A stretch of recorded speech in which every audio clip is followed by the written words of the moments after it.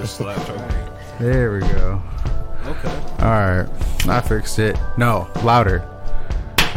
There. Good job. That's what we needed. Right, that's all we needed. But welcome back, everybody. Back up. Yeah, a little bit, yeah. Oh, sorry. You can literally push the mic forward. You don't have to. Yeah. Oh, I can sit like this? Yeah. Oh, this is different. I'm not used to this. Yeah, that's why you sat there. Exactly. Whatever. Brother. But welcome back, everybody, to another episode of It's On Us podcast. Today, we have the crew, minus John, who's homesick. Shout out to John. Get well soon. Get well. But we have a very special guest. Like, top favorite guest we've had on this whole episode. All seasons, all 67 episodes and counting. But, Mr. Jevon Terance. Yes, sir. Welcome to the pod.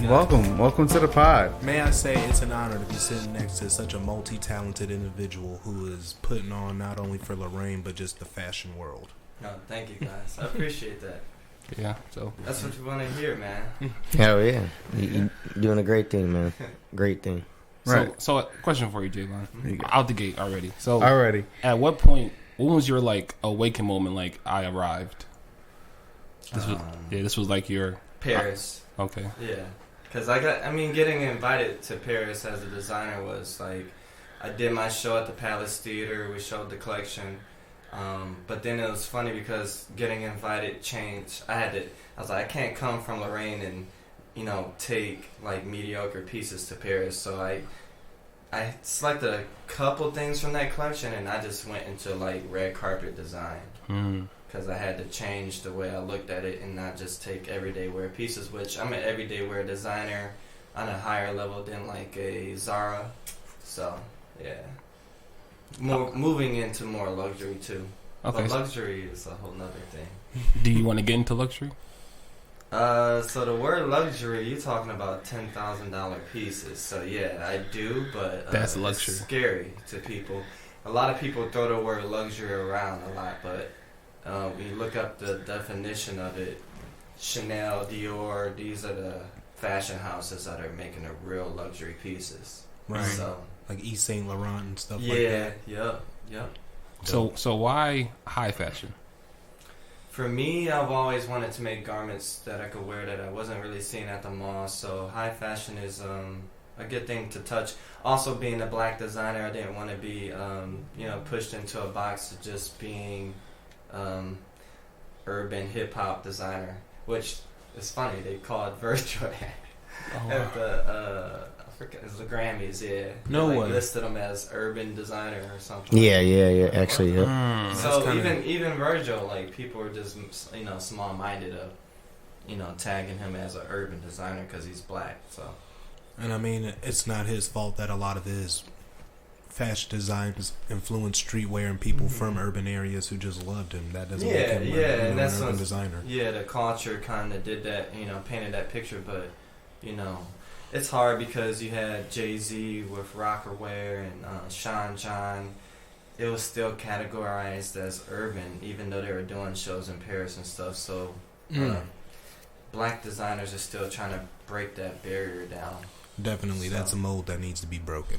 I just don't like that. Like that word "urban" automatically gets stuck with us, and I'm like, right? Because I mean, how would designers of opposite be?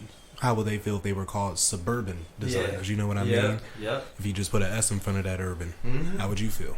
Because then you feel like you're boxed in, and like again, you're just in one category when you fill up every category.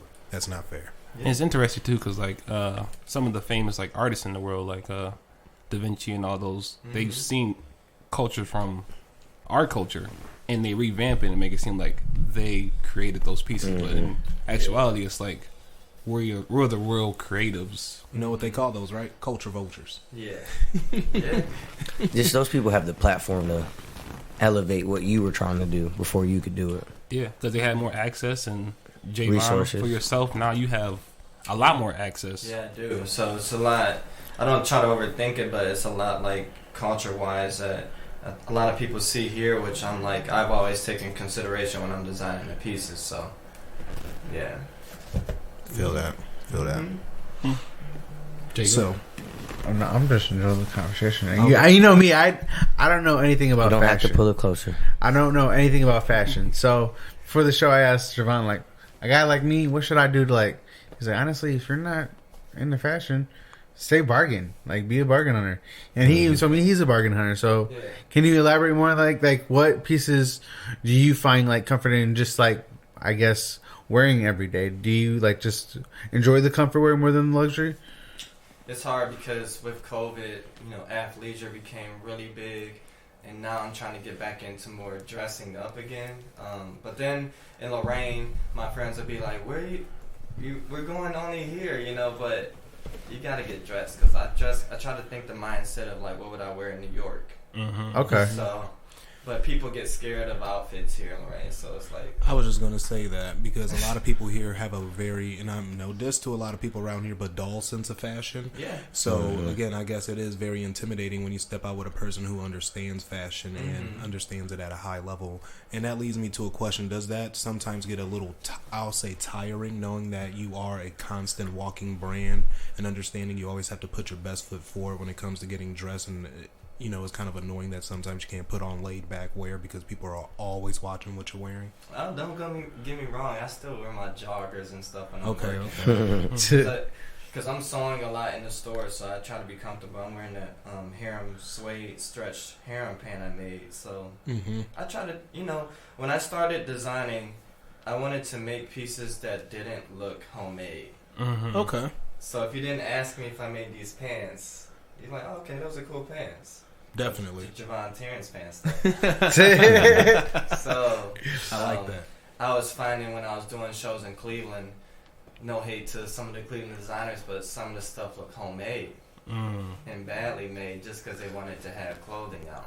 Okay. You see that stuff in New York too. Like when I do shows in New York, like not finishing things, and I've been since there's a difference between samples and ready to wear, sell off the rack. What? I'm probably talking another language. What are some of those examples? Like what's sample and opposed to ready wear, I guess? So sample is just like unfinished seams. So like you'll see like it's called a surging stitch where you're finishing seams and you can just sell it to somebody. But designers do sample sales like we do in the store. So off the runway, worn once or twice, the price is down. But it's kind of, you can even price it up probably because it's on the runway. But it's priced down because a model wore it. So it's considered a sample. Oh, okay. Yeah. Okay. Not fully done, but made enough that you could wear still. Okay. Yeah. For like visual purposes. Yeah. Okay. And we send samples to stylists, so because there's just like a always grab and go thing. So because they're putting it on a music artist for a video and then shipping it back to you. So what type, like? Well, before you ask this, so like behind you, then is that like rack ready? That's like I could buy that right now if it was my size. These are rack ready pieces. Yeah. Oh, we're getting exclusives again. That's what I'm saying. Yeah, I know we get to drop. I'm telling you, off the cuff though, the first jacket, like that's you my don't favorite see piece. that. That's my favorite piece. Yeah, Volt yellow greenish whatever. Yeah. So I designed this. One of my production companies did the work on it, and it's an intricate process because I'm like, it has to be this color. You got to do it this way, and it's like a whole month long for one coat. Do you have a favorite color that you prefer to actually use when you are designing something? I like to play with color because you learn a lot about color in art school, so. I'm willing to take the chances on color. So little by little throughout the years, it wasn't like I came out with a Volt coat in 2012. Right. Yeah. Because older guys have to get like sped up, throughout the years and start to see the brand and willing to take the chances on color. Right. But yeah, it's always an education in Lorain County. But my quote is, I don't think only Lorain, I think about the world. So when I design pieces, like how can I shop this to Paris or New York, what market is it going to do well in? Okay. This is a very basic question, but what is your favorite color? Since you are a fashion person, I do like this neon Volt. My actual favorite color since I was a kid though is red. So we did like a whole red collection when I did the show, my 10-year anniversary at the Lorain High. Okay. Nice. We had red wigs because I dyed my hair red in 2008. Nice. When it comes to OG, I was just doing some stuff that people like, you see red tip locks and stuff, but like I was doing some stuff where it came down to my parents was like, are you on drugs?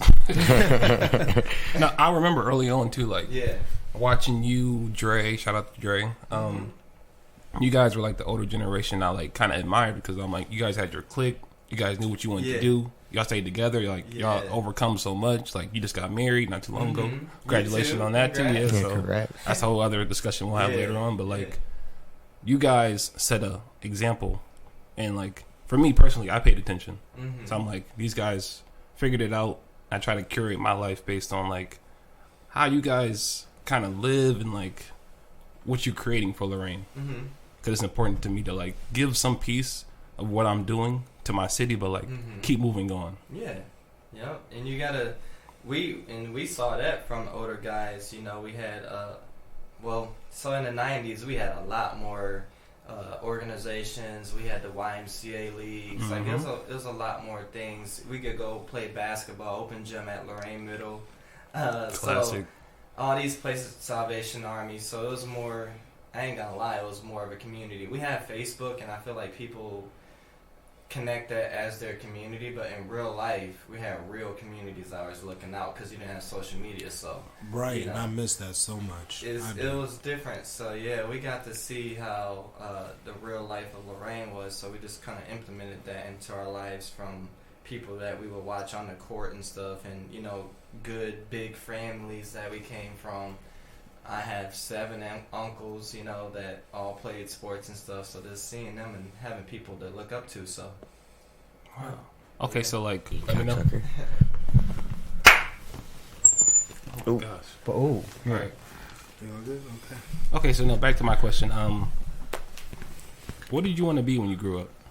When you were younger, like what was your dreams? You wanted to be like Mike. Yep. Be from that era. I wanted to play in the NBA, which was like serious until like junior year of high school. And then I wanted to work, as a sneaker designer at Nike. So I started sneaker designs. I got the Jordan 11s in '95. This puts my age to me. It's 4th grade, I think, and I got those shoes, and I was just like, and I was winning art contests. I won an art contest in like preschool at at St. Nicholas and North Coast. I was going to different elementaries and stuff like that. So I was just designing shoes, and I have stacks of shoe designs in my store actually that just kind of collect dust now. But they're crazy because that's what was a stepping stone of getting into fashion. I wanted to work there, so I researched everything. You had to go to fashion art school for industrial design, so I was looking at art schools for that. And they not only taught you sneaker design, but they taught you concept cars. I would go to the auto show and get the plastic bag, get all the concept car books, and looking at cars. So it wasn't just about sneakers. It was when they came out with the Kobe, the Audi inspired Kobe, I was like, those look futuristic. So like cars and sneakers and how designers are doing that, and Tinker is just setting the tone. Yes, he is. He has so many classic silhouettes, it's crazy. I just saw his list. So, but then I started sneaker customization in high school, so that's how I got my name too. A lot of people knew me by customizing shoes, so it just got old for me. And then I moved to San Diego in 2004, 2005, right after high school, and then that's when the fashion struck. Okay. I designed my first sketches in a hotel in San Diego. Went to FITM, Fashion Institute of Design and Merchandising, to get accepted. Was excited, called home. I was like, I got accepted to fashion school, and they were like, okay, that's cool. And then it ended up being too much money, so I had to move back to Ohio. And after that experience of being in a tourist, sitting in traffic, and then you got a Bugatti and a Lamborghini and all these cars in front of you, I feel real cheap right now. So seeing that really was good at a young age. I mean, you're talking like 19 years old. So I came back and like I said, travel changes the way you move in life. Yeah. Mm-hmm. So, because I came back to Ohio, like I was like fine with working odd jobs, but I knew at night that was my real job was my dream. Your craft, yeah. That's what's up. And it's so interesting to hear you say, like, talk about different, like, the inspirations, like, from cars and stuff like that, and, you know, your passion for shoe designing, because I believe artists in general, you know, they are, like, take interest in a lot of different things, because a lot of different things can motivate them to create something special. Like, for example, your Henderson Bridge jacket, like, that is so, like, fire. Like, like I said, I have no fashion, but I would wear that. Yeah. I would legit wear that. Yeah, I mean, and you want people to ask you questions. Is it resort? Is it tropical? But when you play with manipulating different design, you can make it look how you want. It's architectural. Yeah.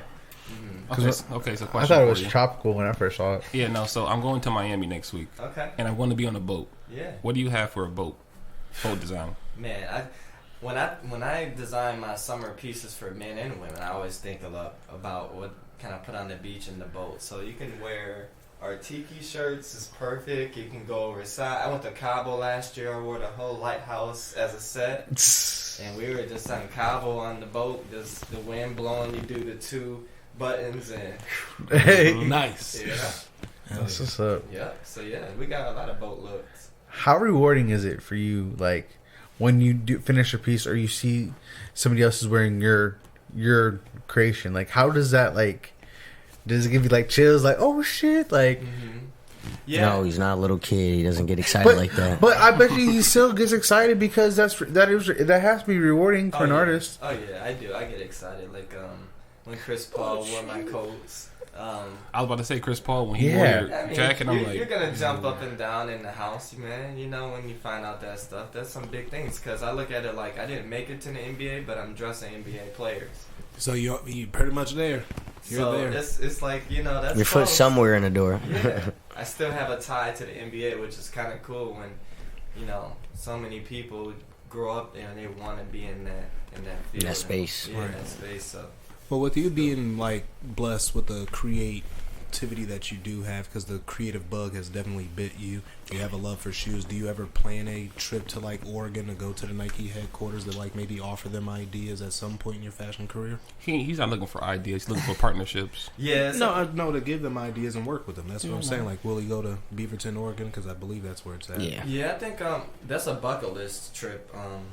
With brands and fashion, so you see now they did a collaboration with Drake, so it would be somewhere in that realm where Jevon Terance gets to a point where we can do a Nike collaboration and it's just like for a season or something like that. Right. Like how Virgil did and Travis Scott, Don C.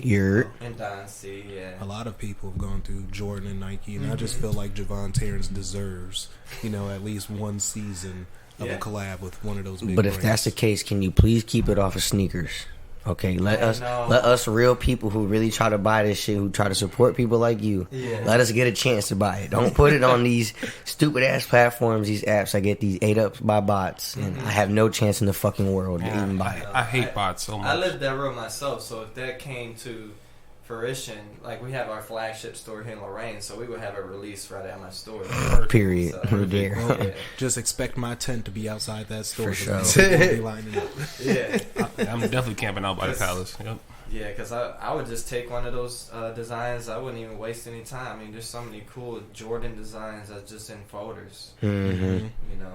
And like you said, that goes back to an early age that you were sketching shit and and just collecting dust. Like, what's up? I'm ready for y'all to pull up on me. Like, got something for y'all. Yeah. So your first silhouette of your shoe, do you remember what it looked like? Like I have some of the papers. Like I write the year, and like some of them had like 01 on them. I'm like, this is like 20 years old. Jesus. That's dope, though. That I was really doing is. like Spider-Man inspired Jordans. I was like doing upgraded Kobe's, pennies. Cause all me and my friends, we were like back then, like Penny and Jordan was like the argument. R.I.P. to my friend Ray Shine, like he loved Penny, so like we would just go back and forth in elementary school about who was better. Cause Jordan was big, but there were still other players that could take his, spot back then. So he had to still keep proving himself. But because Penny was that guy.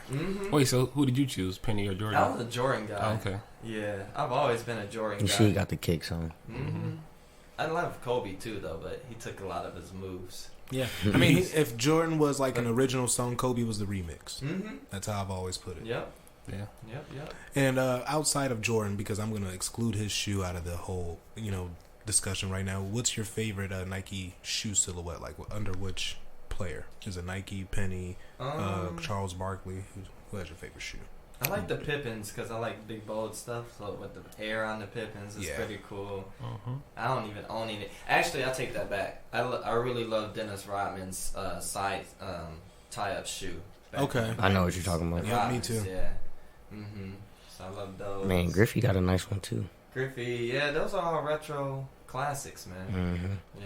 I'm not gonna lie, '90s definitely got spoiled with the shoe scene. Man, especially the Air Maxes. Yep. Like the 97, the 95s. But yeah, you got always go back to the Air Force One though. Yeah, what was it like? You know what? That's a good question. Like when the Air Force One dropped on the scene, was that shoe really like that big of a deal? Because I thought people were into the Cortezes, the Nike Cortezes at first. Because then Cortez is a West Side shoe. That's a Cali thing. See now we're going into where I'm a sneaker guru. There you go. Here we go. Cortezes is like my dad called them the dope boys growing up. Yeah. Yep. But 1972, I think the Air Force dropped in New York. That's why they're called the Uptowns. People would have to go up to Uptown to buy them. Oh, okay. So that's why there's a lot of collaboration with New York artists. So the Air Force One did really well. They had to go against the Adidas shell toe a lot in the 80s because Run DMC was pushing the shell toe. So there was times where Nike, now it's back to where Nike and Adidas are this neck and neck. So they were trying to prove a point, and the Air Force One was a really classic silhouette. Yep. So, yeah. Thank you for that. Appreciate What was your SpongeBob? I ripped my pants. Whatever. All right, so what was your question, Gabe? Favorite color Air Force? I have my pair that I've been holding on since 2005. It's a snakeskin black with like an off cream. Ooh. And then I just did an ID of Admiral King colors, so it has like AK on one foot and 04. So. Oh, That's a shout out to Admiral King though. Yeah. Yep. Classic. See, in high school I was Some customizing some my own shoes too. That shit's so fun to do, just to throw on some different colors and just make some shit. You're really your own, man. Like. Yep. Especially when you walk in, like, what are those? Like, oh, I made these, dog. What are those a good one? Yeah, for sure. Yeah, when what are those were a good thing. Right. I just remember like being a kid, waking up and like having my favorite sneaker on the first day of school. Like, oh, I'm about to kill everybody with these. Like, what was that pair for you? Oh my god. Dang. Okay. So back when it's crazy, Aaliyah died. And then the next day, they did the navy and white Jordan High and the breads. I had to go to Tower City to get them. They were selling the breads under the back door in them, basically. And so I was able to get the navy and white pair. And I remember, like, ready to go to school. They were school colors and got them Jordan 1 highs on, man. You know? That's one of the things people first notice about somebody. Like, they come in and like, sneaker check. I've never had a pair of Jordans. We know. That's unfortunate. We've You're been not paying the only attention. one. You and Dennis Rodman. Dennis Rodman said he had. Hey. Oh, I remember him saying that he played with Jordan. Like, how do you not have a pair? I know. He made him cut his Vegas trip short. He never That's why. spent his own money. I think he got gifted Jordan. Probably, yeah. Yeah. He But never yeah. spent his own money. I ain't never bought a pair Yeah, of there's no Jordans. way that he didn't come to one of their games and there wasn't a fresh ass Jordan box just sitting right there, like Right. team shoes, like. Because now he sponsors multiple colleges and Shit, he sponsors PSG. That organization out there in that's it's in Paris. It's a soccer organization. I love his PSG colorway. Paris Saint-Germain. Love it. It's like a darker blue and red and white. Especially the ones. I still need to give me those. PSG ones. Love them. They need to come back out with them Olympic sixes. That's what they look like. Them shits is fire. I like the Olympic sevens too. Sevens are cool. Sixes are just, I don't know. They just so comfortable, bro. Like, You know, it's weird. I used to love the sevens when I was a teenager, but when I first bought me a pair of sixes, I was like, these feel like the big brother pair to the sevens. Yeah, So I was like, that's I what can't they wear is. sevens anymore. that's how I feel about fours and threes. Unless it's like the classic sevens, I'll buy like the Bugs Bunny pair again, the Olympics, and do they have a PSG version of the sevens? They do. Yeah. And those, and that's about it. I'll wear 3 pair of the sevens, but that's about it. So, Jevon, I have a question for you. What was how important was it for you to open up your flagship store in Lorain? It was crazy. 2012, I did attend fashion school, so I am self-taught, like 98% self-taught. I went to fashion school just to see the other side of the game. So I was working 40 hours a day, going to fashion school, and still doing fashion shows because we were growing the brand still. And then, so Lorain had a pop-up shop program that I found out about through my wife's mom. So I went to the city hall. They showed me all the storefronts that were vacant. I picked it. I sent a photo to my wife, like, we're gonna do this store, and I never considered it as a pop-up. Like, so there's other pop-ups, but I considered it as a real store. We were just getting on our feet. We had a lot of t-shirts, and I had like one rack of this stuff that I made from doing shows in Cleveland. So I had to learn how to become a business owner, entrepreneur. We were reading business books for dummies and just trying to sit down with people as fast as we could because we had to get like the store ready in like 2 weeks. It was crazy. So doing a documentary we're going to release in 5 years. It's going to be like 20 years of what we've been doing. I'm glad you said that. I was going to ask you. I'm like, yeah. all this build up to this point, like it has to be some type of like. Yeah. It's going to be a motivational documentary. Yeah. I can already tell, but like, it's going to be like a full hour and a half movie. It's going to be crazy. Would you like to shoot the movie at the Palace? We are going to do a screening there. Yep. It's going to be like the main big one.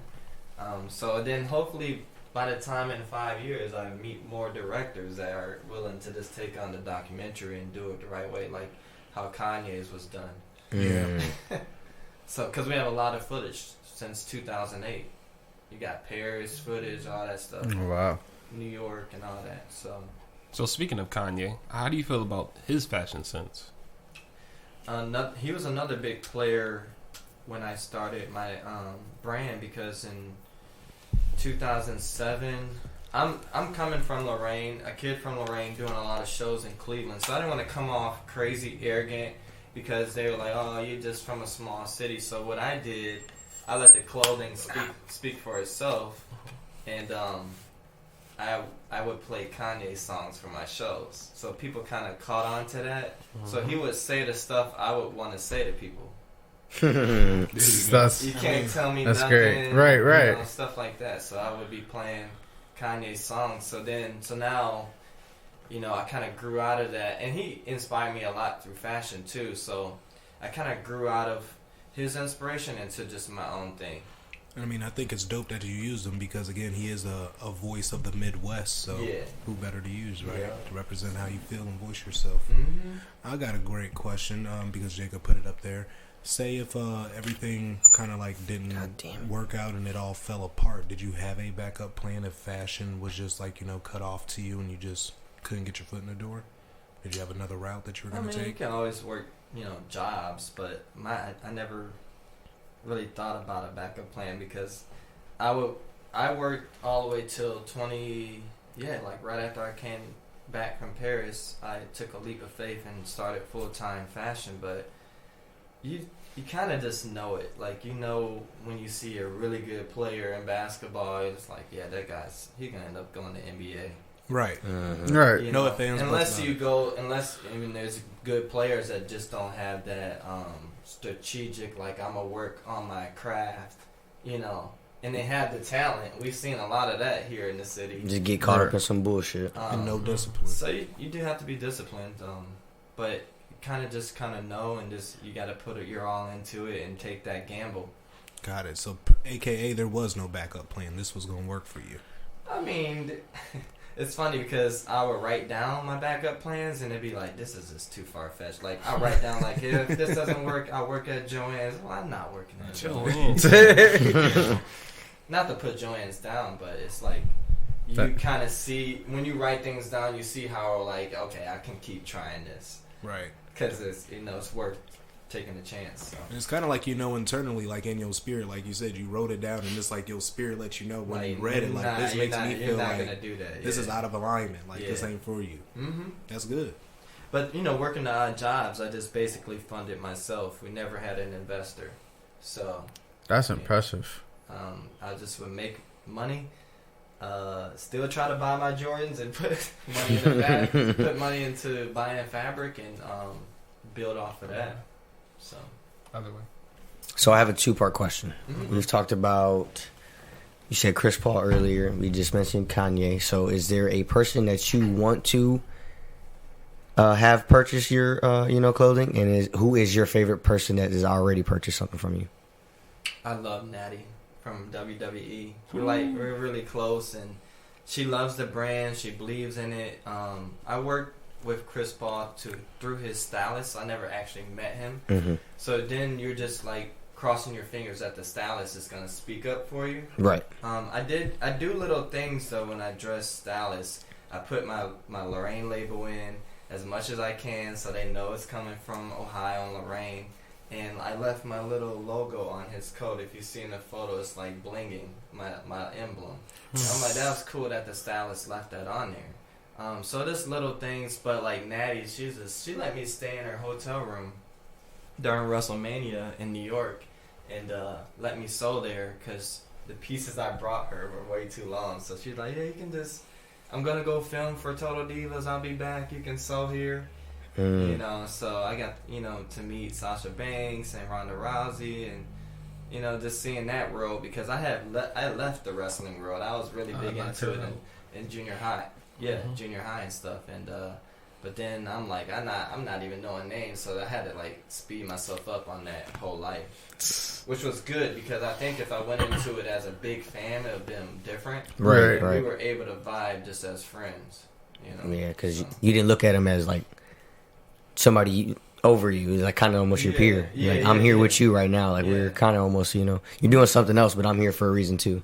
A lot of celebrities are like that, though. I sat with Iman Shumpert and Tiana Taylor when I was doing stuff for him, and I think they don't know how you're gonna be, and then so we're both trying to fill each other out. And I'm like, I'm not taking photos. I'm here to work. I got my measuring tape, and I'll let them ask for a photo. Dude, that's so fucking like, dope. let's take a photo. I never, What's Shump like? I've always wanted to meet Iman Shumpert. What's Shump like? Oh, he's cool. He's laid back. I feel like he's laid back. Like because I'm all about packaging, so that was wrapped in my Paris collection. So the coat was based off Paris. So it was this wool coat. I put it in this Paris chest. He's like, man, this packaging, man, dang. He's like, you and Tiana do all that because that's when she was getting into fashion too, and we were talking, doing the fitting, watching movies, talking about clothes. So it's pretty cool to be in that world. From time to time. It's not all day, every day. Right. But it humbles me to come back home to my store in Lorain after I've been around celebrities and stuff and not thinking above people in Lorain. Right. So you don't need to hear nothing. WWE. So then I guess I'll ask another question. Where has been your favorite place that you have vacationed to? Because you said you take a lot of things that you see outside the world and bring it back here. Which I think we talked about that on like one of our last podcasts. Mm-hmm. It's very important to go see the world and make it what you want it to be here. I think my wife's family is from Mexico. I got a lot of history background and stuff, so I'll take photos of different things and then I'll create fabric. So like Mexico, Cabo is beautiful. Paris, like I said, was really great, like life changing. So But yeah, I like my New York and LA. I'm a city guy, which is funny being from Lorain. Mm-hmm. I just got back from New York last week, so yeah. I feel you.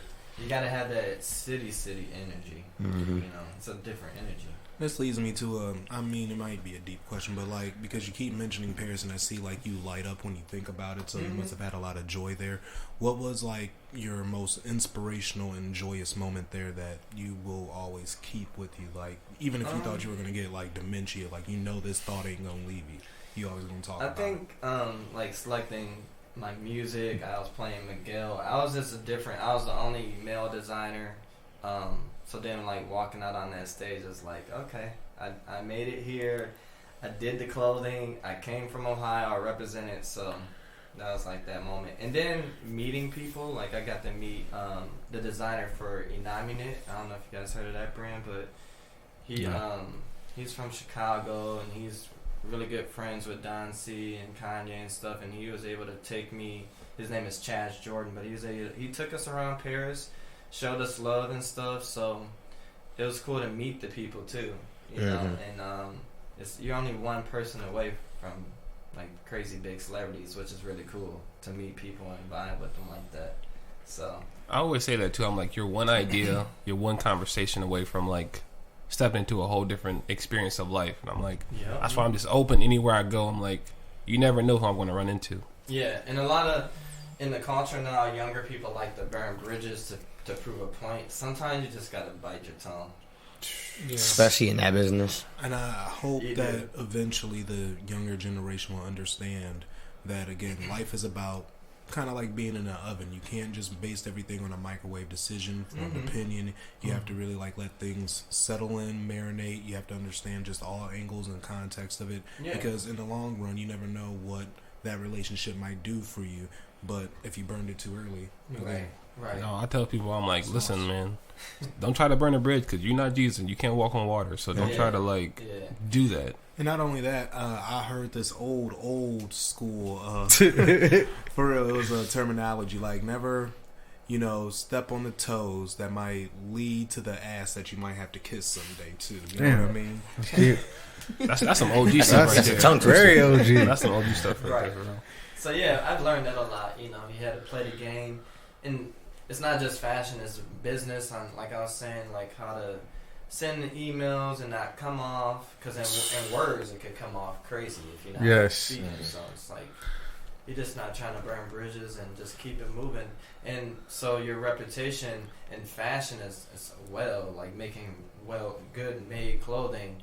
And I hear the stories from like Ted Jacobs being on Broadway and like all the people that came before me, and I'm like, that's cool and all, but I'm on Broadway now, I'm him. Right. I am him. Like, while I respect and love the past, I'm the now and the future. I'm big on history, so I do like finding out about all that stuff from Lorain. So, So speaking of Lorain, where do you see Lorain in the next 5 years? I see way more businesses. I think I see that generation of our parents that were saying, you need to get the hell out of Lorain. The younger generations really accepting that it's changed, so it's a renaissance. When we opened, I say we because me and my wife, I can't say I. When we opened the boutique in 2012, I made a statement like, it's going to take like 10 years for it to look really good down here. We're in 2022. 10 years. It took those. You got to be really ready to be in those trenches for 10 years. Right. A lot of people can't get past the 2-year mark, 3-year mark, 6-month mark, and they're like, this is too much. I know. So, but when you're having fun with something that you're doing, those 10 years kind of went by quick. Spreading the word, doing the fashion show at the Lighthouse, and just like trying to make history here. It shows like a whole different platform of what you can do and what people will tell you not to do. Right. So. Under the right conditions, do you think you'll ever try to host a fashion show down there by the Black River Landing, like if the weather's permitted? Bro, it's probably already in the works. We talked about it. It was funny because what you want to do at some time may not be your time. Right. I remember we sat down at we had a meeting at Midway Mall, They're like, yeah, we're gonna let you do this show at the PacSun store is closed, and it didn't work out. And I like wanted to do a show there so bad, and then 3 years later, after I traveled it a lot and did shows, they're like, yeah, you want to do a show at Midway Mall? I'm like, no, hell no. Nah. I'm a pass on that. So, and Hard pass. it was the same thing with the international. They were saying there was like a conflict with the the clothing from that. And I'm like, okay, we'll move on. I don't need to do a show there. I'll just think, and it makes you think more outside the box when you can't have your way. Mm-hmm. So in a way, it's like it don't have to be forced. I try to look at things of just happening naturally. So if you're butting heads with an opportunity, it's like, okay, I'll wait it out or just kind of let it play out. Mm-hmm. See which one will prevail. Yeah. Yeah, even for us, like, we're trying to fixate where our placement is in Lorain, because we know we have something great here, and we're trying to, like, manifest it and monetize on what we want to do. Is just having guests like you who establishes yourself in Lorain, and like, how do we get a piece of Lorain in a sense, like leave our imprint. That's a big part of the reason I wanted to come on, because I turned down interviews. So like I want to help out and give the knowledge to and show the experiences that I've been through, because I didn't have a fashion mentor. Cleveland became my mentor. So I had to see what other designers were doing. I'm like, I'm not going to do that, and just learn it and adapt it. Luckily, I was able to do that, because it wasn't like, hey, Jevon, so let me show you how everything's done here fashion-wise and business-wise. This was like, and that's actually stressful for a young person when you're trying to Tell me about it. through what I should do and what I shouldn't do. Like our first year, one little thing, if you miss on taxes, you pay $2,000. Right. Business taxes. So you learn that really quick. But if you had a mentor, they may say, you got to catch that. So yeah, you got a blend of like real life experience, and now you're technically like a mentor to somebody looking up to getting into that space. And yeah, we'll definitely have more conversation after the podcast. For sure, because we have the internship program that we run. We accept students from Lorain County, and we have a partnership with Kent State too. That's balling. That is balling. That is balling for real. You want to stop it now, or you want to ask my next question? Okay. Oh shit. Download this song, Dear Lorain. Good. A song about Lorain. All right, so go ahead. Ask your question. So, Mr. Jevon, I've been asking everybody that has been Lorain based these last few weeks that came on the podcast. Month. Has it been a month? It's been about a month. He's our 7th or 8th guest in a row. Well, I wasn't here last week, so. Consistently, but if you could physically pick up one thing and bring it to Lorain, no matter what it is, a building, a business, a hospital, anything you want to be, a concept, what would it be? A rec center with a white space. Ooh, okay. Yeah. So it basically would be taking what I saw as a kid. You got your sports, and then you got your white space that you can do events and fashion shows, and you got an easy place for somebody to go do photo shoots for their website that's building their business. And other cities have this, we just don't have it. And I always say, man, that guy's in the NFL or played in the NFL or played, almost in the NBA. Like, they got the money, they can do it, but then, it is millions of dollars. But we need that. We need that rec center / white space here in Lorain, for sure. And where would you put that at then? Somewhere on the water, because then you're like focusing on what is Lorain. Lorain is art and on the water. You gotta play on the lake, Lake Erie. So yeah, we're a waterfront city. Yep. And it's often gets overlooked. Yeah, we're literally a jewel that people don't talk about. Like, we had Max Schaefer on, and he said like the value of Lorain, a lot of people don't see the value in it. And I'm like, we were blessed enough to grow up in an experience where like we see the good and bad in Lorain. We see like the direction it could be, and we're pushing for where it should be. So it's important for us, I guess, to like network and have conversations like with you or whoever else is like willing to help us reach that space. Yeah, I'm a part of Main Street. That was a good plug for Max. I'm on the promotions committee, so I do go to the meetings and we just give out ideas. We're really trying to change. We became accredited Main Street 2019, and then COVID hit. So now it's on the national registry as we're, officially a Main Street in the United States. So that's good. So we have a good momentum going. It's going in the right place. It's not negative, Right. So. Oh, that's awesome.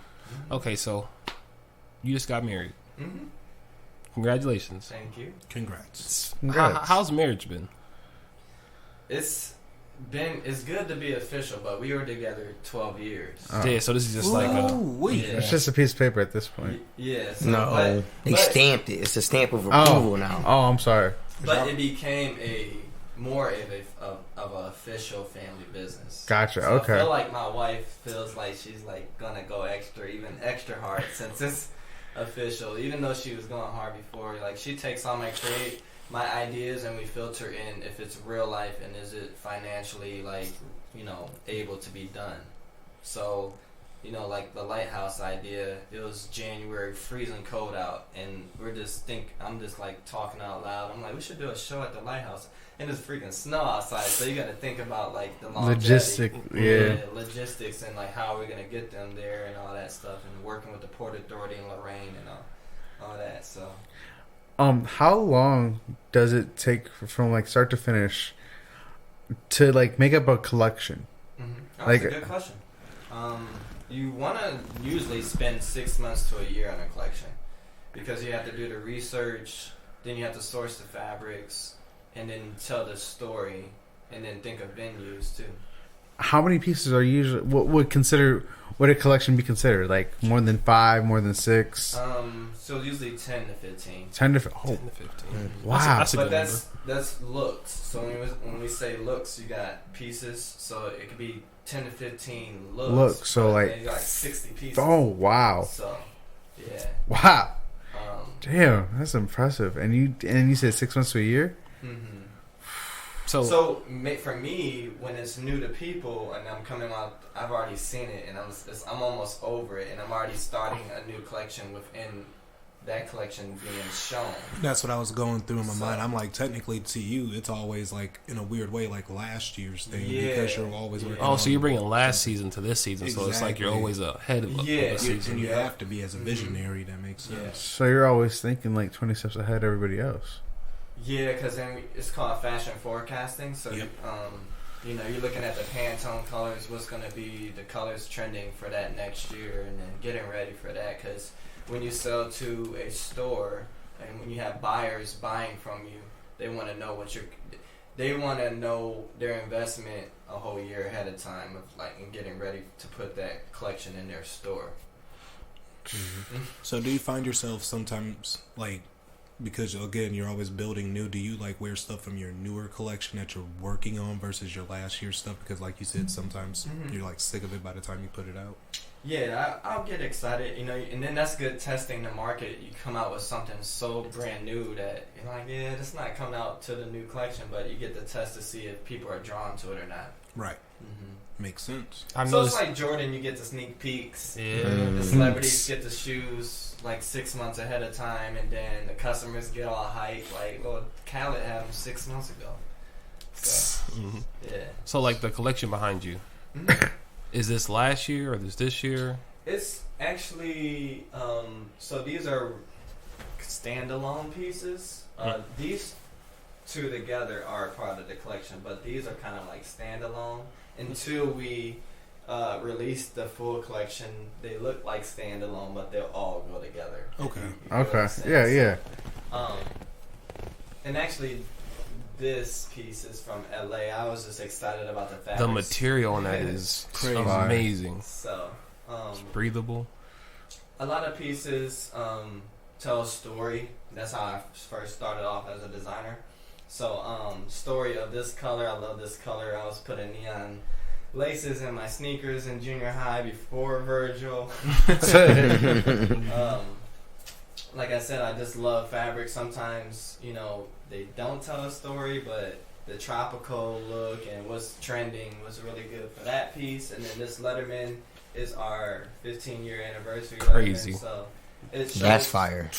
We got our Paris patch here. That's fire. We got the New York patch, LA. So all places I've done shows. And then we have our lighthouse piece here. Coming to get that. It's the actual lighthouse piece from Lorain, so we wanted to show like the night version of that, and then like we talked about earlier. I want that.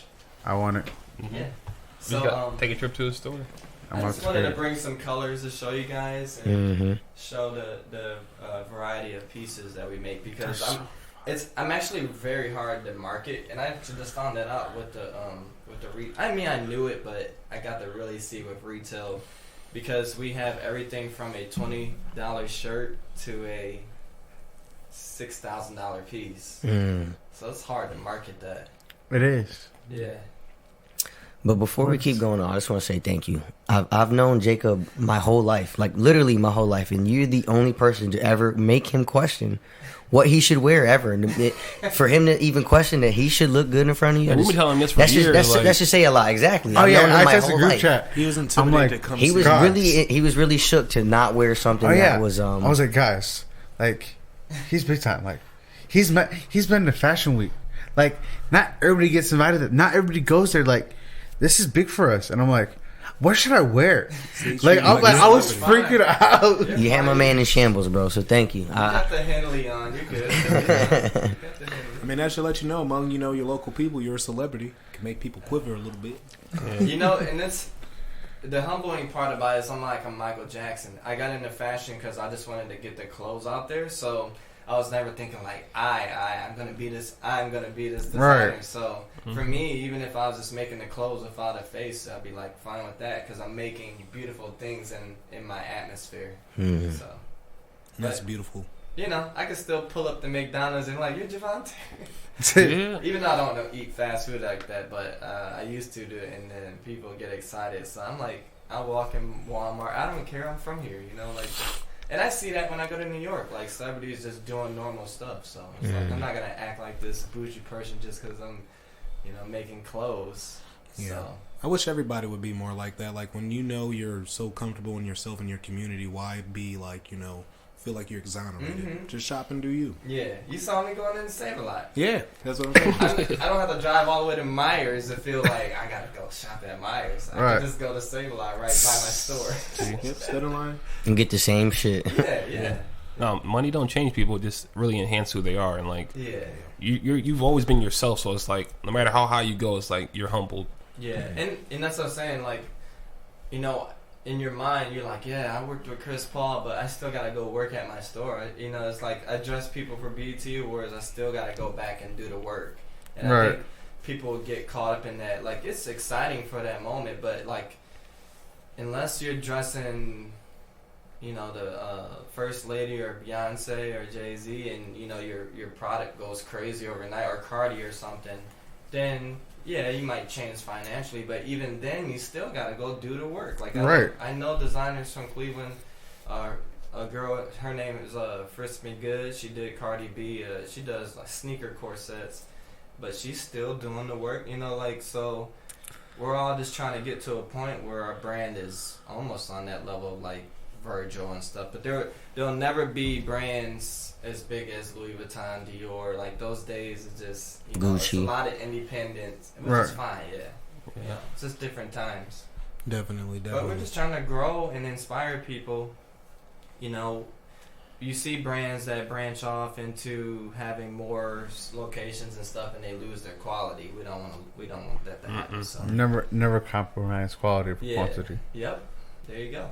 There's like a organic process when you're like creating a product. I would imagine for you, like, you look at something, you let it digest. Well, for me anyway, I look at a material or something, I let it digest over time, and I'm like, how do I want to implement what I'm looking at?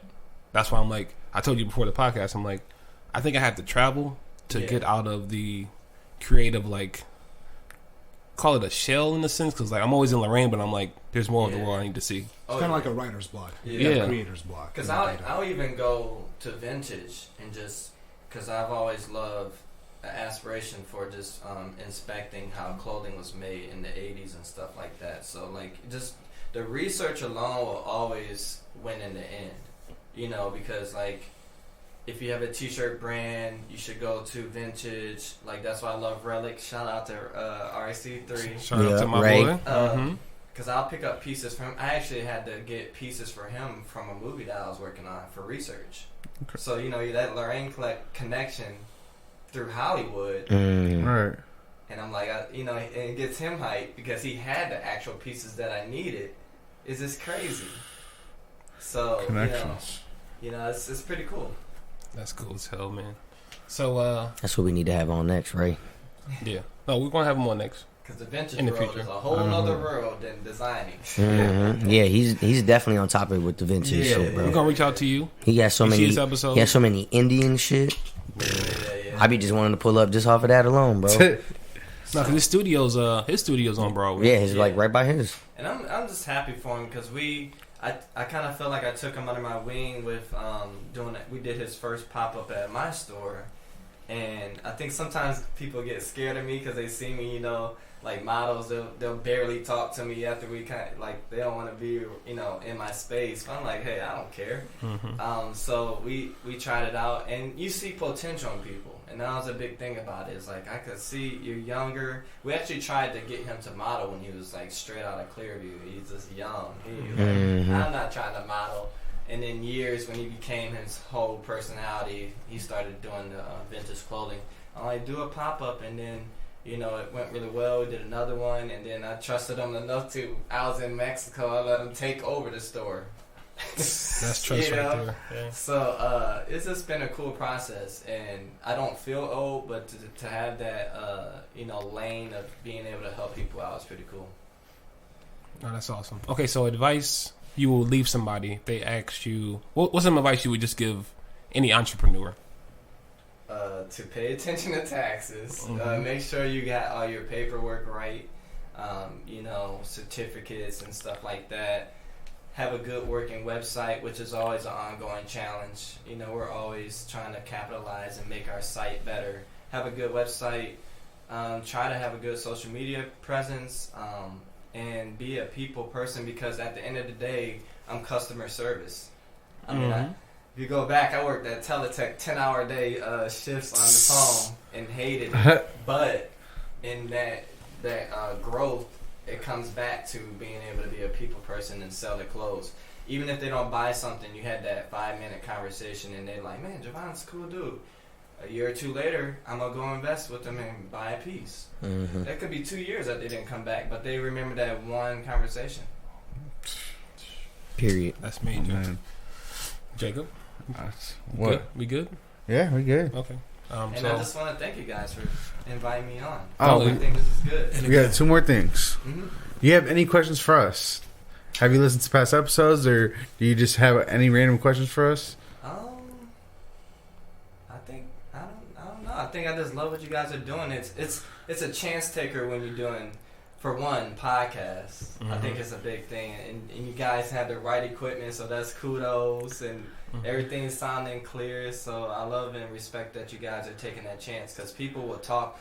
Yeah, I want to do a podcast, man. I want to do it, and it'd be 3 years later. Yeah, I still want to do that podcast. I'm gonna try to get it together, man. I'll have you on there. So yeah, I think it's really cool that you guys are doing that.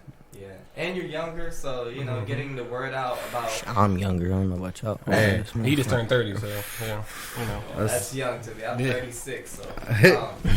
but coming from Lorain, I think a lot of more people are taking chances on different genres, you know? Yeah. I can agree to that, Yeah, yep, so no matter what it is. I really love that aspect of it. It makes me feel good to see it, so... Yeah, man. It's interesting, you know, because people they won't act unless they, like, see somebody do it. I know. And that's the reason I wanted to come on, because actually I've done other podcasts at radio stations and stuff here in the city, but I'm like, that's a cool thing that they're doing. I need to go on there. Appreciate that. Yeah. No, we definitely appreciate Doubling that. down on my appreciation, because you've already stated it. You've turned down podcasts. Right, hell yeah. Right. It's an honor. So another thing we do on each and every episode, we're very aware of mental health. So around the table, we go around 1 through 10. How you feeling for the week? Just spiritually, financially, just culmination. I actually start off this week. You want me to start off? I mean, you can. Oh, you start off. Go ahead. Okay. I'm a solid 9. That's good. Had our birthday was last weekend. I got messed up for my Happy 30th. birthday. Thank you. Mm-hmm. So, and then I had a cookout yesterday with my family. Just small little thing. So it was fun. Good work week. Can't complain. That's awesome. So yeah, solid 9. Yeah. So for me, I'm at like a 8.5. I need some food in my life. You're I third on that, man. Yeah, so that's where I am. No, I'm just very appreciative of like the energy and space that I'm like going to. Again, a pleasure having you on the episode with us. Like it's definitely motivational for not only us but myself, because I can see like what's going to happen, and it's like kind of like reassuring in a sense. So, yeah. So I'm like 8.5. Gabe, I'm gonna dial back and say 8.5 too. Ain't nothing really too bad happened to me this week. For real. No stress. I got back from New York like we was talking about earlier. My cousin graduated high school out there, so he's about to be a registered nurse. He's going to school for that. Nice. Full ride. So family's doing good. They're about to come back up here for the international. Wait, is that the family that came to my wedding? Yeah. Oh, snap. Okay. So they're about to come back down for the international, and then we go back down in Florida in November to go see my cousin's quinceañera. So I got a lot of traveling, like you said, to go do this year. It's needed. Yeah. And everything else is cool, man. Solid. Papa Cliff, Dove Chocolate. I'm at a solid 9. I'm gonna go with Jacob. I mean, outside of the weird online BS that happened within the past 24 hours, Which we won't talk about because that is weird. We'll talk about that. Okay. Yeah. But outside of that, though, like I was happy to see that Jace scored the only goal of his game, being a soccer dad. I'm about to teach him how to play basketball, get something to eat, go hoop later. I told you, you got to You're coach. teaching them how to play? Yeah, I'm about to teach him how to play. We don't need you out there how to do it. Look at you. You can't even, you talking about it and your eyes are getting tired. What are you teaching Parker? How to pass water. Thank you. And blow bubbles. So with that being said, I'm just on top of the world. I'm happy that, me and my woman didn't let that stuff bother us. I'm happy I'm just active. Me and my cousin got a little crew. Oh, I'm hopping on 2K later. I got a crew going with my cousin. There you go. I got everything going for me. I'm happy. Yeah. Oh, and I think one of y'all told me, or Jamie told me, sports betting is allowed. January starting 1st, 2023. I'm happy about that. So I'm just happy. And again, you have been an inspiration because with Ash talking about creative genius, I've had an idea. I've been just helping my woman out a lot because of stuff going on in her life, but I've had a vision for Illuminative Vision. That's something I want to start up, and I can't wait to get started because just being around you two again is just inspiring. Yeah, I can't wait to get that out. I'll just say I'm on a 5. Okay. 5? I ain't gonna lie, I had a crazy stressful week, but entrepreneur wise on a high level like that, it's crazy. Okay. But coming on the podcast, I'm back to an 8. Okay. There you Okay. go. Nice. Bounce back. Bounce back. It's just, See what we do for your mental health. It's off, bro. It's off. It's just tough, man. It's tough. But You got a jump for us today, Cliff? Yes, I do actually, and I thought it was perfect. I feel like this phone either listens or just knows when to give me the right gem. That's the algorithm. Before you do that, I want to shout out our sponsor, Creative Genius. Yeah, shout out to the sponsor of Creative Genius Brand. Again, if you want to purchase some merch, go onto our website, www.creativegeniusbrand.org. Click on the tab IOU. You'll see our merch and explore the website and, tap in. Jevon, you want to drop your tags too? yeah, we're at www.JevonTerance.com, JevonTerance.com. I love what Creative Genius is doing. A guy actually came in, and I'm familiar with brands and logos. I think it's just because I'm a designer, but he had his hat on with the G on there, and I'm like, so that's cool. You're buying Lorain brands. You know, like I like to see that. I don't want to I was on the island for years, so I feel like it's really good. You got Malcolm, he's making pieces, so it's pretty cool. I feel like this gym really, how do I say it, captures you. Just because people are doing extraordinary things doesn't mean they're not ordinary people. Oh yeah, that's perfect. By Larry Hamilton. That's literally perfect. Yeah. Hell yeah. There we go. That's perfect. This has been an episode of It's On Us. Again, follow us on Spotify, Apple, Podbean, YouTube, anywhere you listen to podcasts. All right, just tap in with us. Remember Twitter, stuff at making a post or a comment. We're on there too. Snapchat. Don't cheat yourself. Treat yourself. Man. There you go. Look at that. Bye, Mom. Ciao. You're. And that is going to wrap it, guys. The episode is finished. We hope you enjoyed it. If you did, please be sure to like it, share it with your friends and family, and be sure to follow us on all our social media pages at IOU Podcast 440. Again, thank you for tuning in. Thank you for the continued support. We'll see you soon. Bye.